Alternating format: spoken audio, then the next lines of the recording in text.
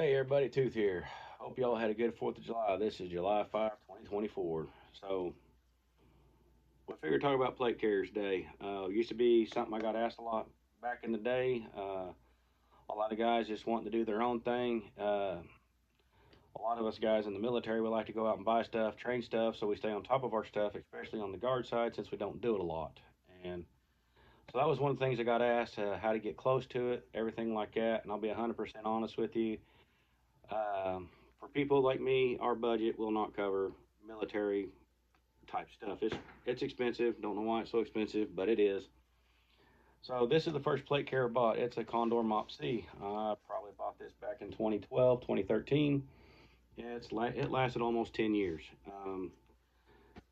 It has a lot of the good stuff. I've got over 100 miles running in it. Have a lot of training events in it as far as guys getting together doing stuff. It's pretty much stripped down now. It's only getting used as a weighted vest for workouts and everything right now. So one of the things I will kind of touch on base here with a little bit, uh, this mesh padding in here. This is one of their older styles. Like I said, it's almost 10 years old. There's no air grooves or anything like that cut in here. It's pretty much worthless. I went ahead and put trauma pads back in here to help with the padding when I'm out jogging and stuff like that. So I mean, it is what it is. It's not the best. I'm like I said, it's a pretty cheap one. To be honest with you guys. These little tabs right here, don't know why. Don't know why Condor puts them on there. They do. I've always meant to cut them off, and I keep forgetting to when I get to certain places. I guess you can run your Calmo, your hydration hoses through there, whatever. I've never done that. I've always just ran it through the shoulder pads and all that stuff. Worked out great for me. So it is what it is. Now I don't know what Velcro Condor uses, and I don't like Velcro, but this stuff is stout, and we're gonna head and cover a real important piece right here. This little tab button I'm unbuckling goes down, wraps underneath, buckles in, velcros in, depending on who made it or whatever. All that does is that keeps this admin pouch from falling on you. For like someone like me, back in the day, you ran three double stack mags up here. That's a little bit of weight. That's 6 pounds. Then whatever you put inside your admin pouch, that's a few. Get up to another pound. All that good stuff. All this little tab right here did is it just kept this from coming off of this, flapping the face. But with the Condor one, I don't know why that Velcro just holds, but it does. Not a lot of Velcro up here. Um, don't have a whole lot of issues with that catching on stuff, hanging things, sticks, stick tights, cockaburs, stickers, whatever you want to call them, things that poke you when you're trying to do stuff. Back is the same way. Not much back here either. Now, I will say the one thing I didn't like about the Condor and what finally killed it after I overloaded the cummerbund. Eventually, I got to the point where I put level 4 front and back, got some level 4 side plates and had in here. I was looking at doing the auxiliary police thing for a little bit here in our area, and I wound up not doing it. I just didn't have time to do it. But this cummerbund is elastic, stretchy, and I've seen other companies, even more high dollar companies, using this. What happened with this one is that elastic wore out, and when the elastic wore out, I was done. I was like, this isn't going to work for me. And it was mainly a level 4 plates I put in the side of it. Like I said, I was running, doing drills and stuff like that in it. You're doing up down goes. I'm up, he sees me, I'm down type stuff, or just moving around. This elastic will wear out on the Condor. I will say that much. Some of the more expensive ones, I don't know if they use a different elastic or what, but no, the Condor didn't hold up. It only lasted. It didn't even last. Once I put the level 4 plates in and got back into doing some training and doing other things, it just did not hold up. It came apart. So yeah. Other than that, though, man, uh, easily you can replace the cummerbund. Not that big of a deal. Uh, but it's Coyote Tan. Coyote Tan doesn't really do a whole lot in my area for blending in and doing stuff. So I just opted to buy another one. Now the multicam pattern does work really well in my area. I will say that much. So this is the SF from Shellback. It does have all my level 4 stuff in it. It does have single 3 mags in the front. I think I took the other ones off the side. I did.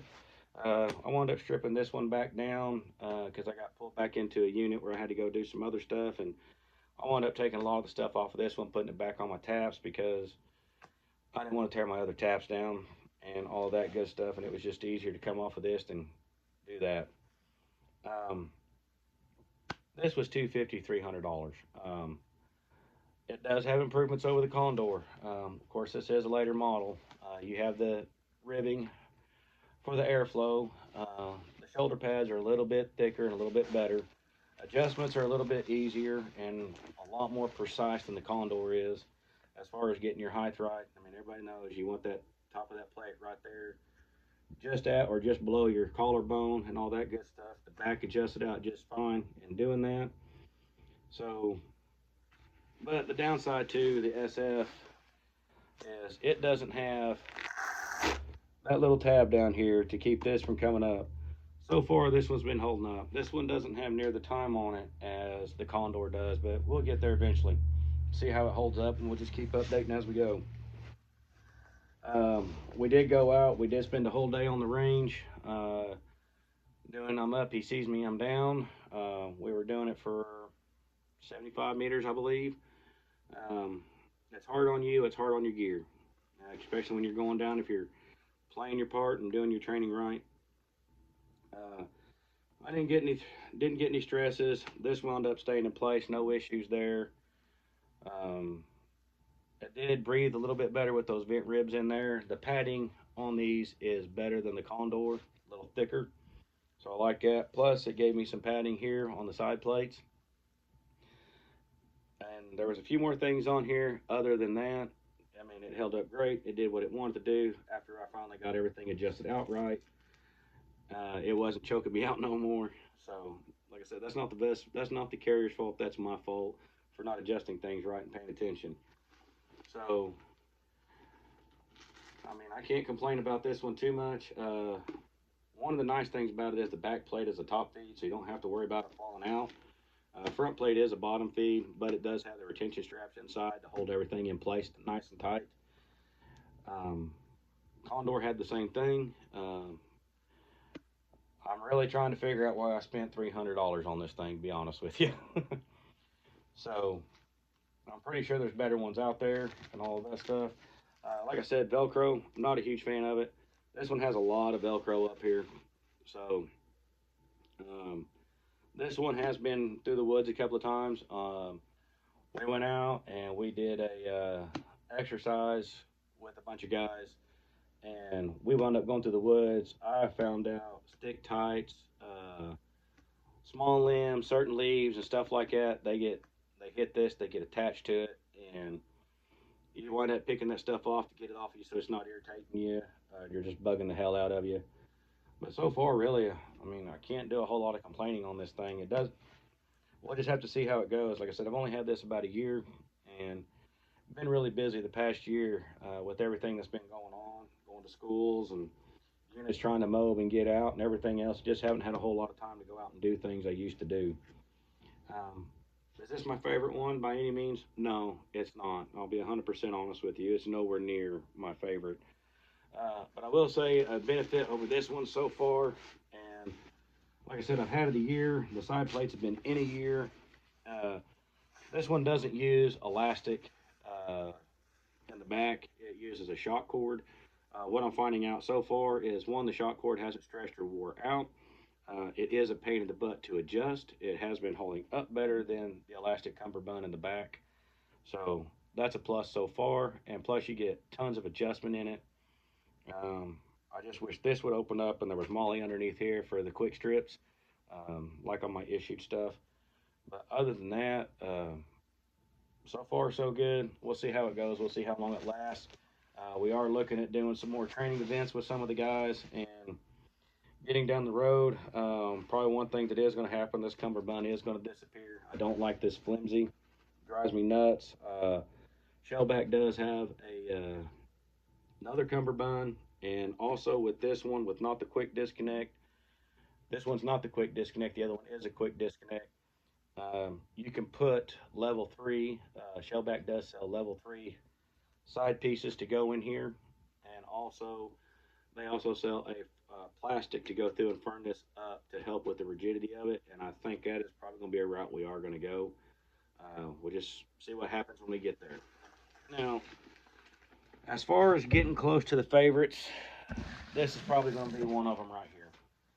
Now, I don't know who makes this. This is a military issue one.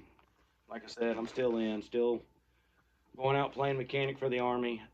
This one is completely stripped. This is an IOTV Gen 4 that is completely stripped down to basically be a plate carrier. They do issue us a plate carrier that can go in replace of this. I ran it on a couple missions on my last Afghan deployment. I found out real fast I didn't like it. I wound up going back to this one real quick. Um, one of the things I like about it is one, you have your little tab right here. It's not a snap. It's just a piece of Velcro that rolls up, and you have a quick release deal. One of the main things I like about it is this right here, these buckles. To me, most of your adjustment or your final adjustments are done here to really get it into place, keep everything nice and firm. I like that a lot. The Velcro is not near as noisy on this one, but it's still Velcro. I'm not a Velcro fan. Uh, Make sure you tie this one up if you get this vest or if you get this plate carrier or ILTV, whatever you want to call it. I will say this, we were on mission. One of my guys said he was having problems with his 249. I went over there, and as I was bent over, this came undone and was just dangling in the wind. Uh, got in the way, had to secure it. And the only reason it did is because I didn't put this back where it needed to be. The big thing I really do like about this one is the first adjustment you do on this. I like these quick strips right here. Really, that cummerbund with the shock cord's a pain in the butt to adjust. This makes life a whole lot easier. Just do your primary adjustment, and then you do your final adjustments in the front, and it holds up great, and it does everything I've wanted it to do so far. You do have a quick disconnect pull right here up underneath this tab where most everybody puts their ranks at and all that good stuff. All this one does is it just unbuckles the buckles. It forces them to release so it can strip off, go away, do its own thing. You got the buckles up here on the shoulder pads and the two buckles up front, and it lets it piece off. My favorite IOTV or favorite plate carrier, which you could do just like this one, you could strip it down to be just a plate carrier, is the Gen 2s. I have not been able to find the Gen 2s. The big downside to the Gen 2s was your ripcord was lace. You pull it and you pull out this long cord, everything comes apart and the whole vest just fell right off of you. It was nice, it was easy. Putting it back together was a big pain in the butt though. You're gonna be there a minute, yeah, especially if you didn't remember how to lace it. The other thing that the Gen 2 had over this one is down inside here there was an elastic cummerbund, but it didn't attach to the outside cummerbund where you put all your gear. It attached to the IOTV, and basically what it did is it wrapped around and it helped you disperse the weight a whole lot better than what this one does. This one will wind up beating you on the shoulders. Now, I have heard people say you want to be minimalist, you want to do this, you want to do that. And that's what you want to do. That's fine. Um, just coming from the military standpoint, being a team lead, I weigh about 200 pounds, stay around 200 pounds, except for here recently I got up to 260 and I'm getting back down to where I need to be. Uh, this deployment I wore this one, I was roughly 200 pounds. Step on a scale, 200. Step off the scale, they tell you to put your kit back on so you can fly around. 300 pounds. So this thing right here, full plates, full kit, ammo, radios, all that other stuff I had to carry for team lead. I was 300 pounds. To be 100% honest with you, with this one, it did not feel like I was tracking around another 100 pounds on top of my own body weight. I was able to run in it. I was able to perform my stress shoot in it. I was able to do everything I needed to do in this thing. And the unit I deployed with was very big on put your kit together the way you're going to use it. And then they had pretty much a basic. They went over there. They visited with the unit that we were replacing, and I was like, "Hey, you're gonna go take so and so's job. So and so's got their kit set up this way.